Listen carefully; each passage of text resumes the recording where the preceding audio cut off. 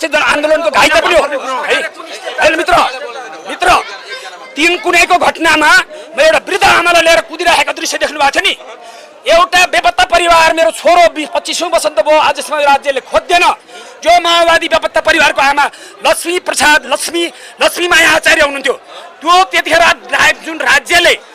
recce गरेको छ अदुल्य आएर रेकी गरेको अवस्था छ किनभने उसका गोली गट्ठाहरू त्यसपछि टियर ग्यास कहाँ राख्ने कहाँबाट हान्दा चाहिँ